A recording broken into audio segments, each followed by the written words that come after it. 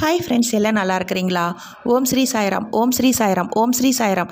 நம் சாயன்பர்கள் அனைவருக்கும் வணக்கம். நம்ம சேனலில் இப்போ தான் நீங்கள் ஃபஸ்ட் டைம் வீடியோ பார்க்குறவங்களா இருந்தீங்கன்னா சப்ஸ்கிரைப் பண்ணிடுங்க. சப்ஸ்கிரைப் பண்ணிவிட்டு பெல் பட்டனை கிளிக் பண்ணி ஆளுங்கிற ஆப்ஷன் கொடுத்துருங்க. அப்போ தான் நான் போடுற பதிவு உங்களுக்கு உடனுக்குடன் நோட்டிஃபிகேஷனில் வரும். அப்படி நோட்டிஃபிகேஷனில் வந்த உடனே அந்த பதிவை பார்த்து அதனோட முழு பலனையும் பயனையும் நீங்கள் அடையணும். அதுதாங்க என்னோட விருப்பம். சாயப்பாவின் அன்பு கட்டளை. ஓகே ஃப்ரெண்ட்ஸ், இன்றைக்கி நம்ம பார்க்க போகிற பதிவு ரொம்ப முக்கியமான பதிவு. என்ன அப்படின்னு பார்த்தீங்கன்னா, இன்று சாயப்பாவுக்கு ஒரு தீபம் ஏற்றுங்க.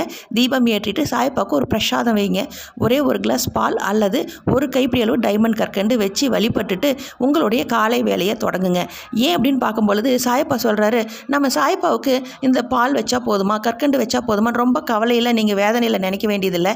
சாயப்பா சொல்கிறாரு, பசி தோன்றிய நேரத்தில் அறுசுவையான உணவு கூழ் ரொட்டி எதை உண்டாலும் முடிவு ஒன்றுதான், வயிறு நிறைந்து பசி தீர்வது அது. கந்தை துணியை உடுத்திக்கொண்டு வலம் வருகிறான் ஒருவன், பட்டு துணிகளை கட்டிக்கொண்டு ஆடம்பர அலங்காரத்துடன் வலம் வருகிறான் மற்றொருவன். இரண்டின் பலனும் உடலை போத்திக் கொள்வதே இன்றி வேறு என்னவாக இருக்க முடியும் அப்படின்னு சாயப்பா சொல்கிறாருங்க. ஓம் ஸ்ரீ சாய்ராம், ஓம் ஸ்ரீ சாய்ராம், ஓம் ஸ்ரீ சாய்ராம். இந்த பதிவை முழுமையாக கேட்டிருப்பீங்க. இதே போல் கடைப்பிடிங்க. அப்படி நீங்கள் கடைப்பிடித்தால் உங்கள் வாழ்வில் இனி அனைத்தும் வெற்றியே.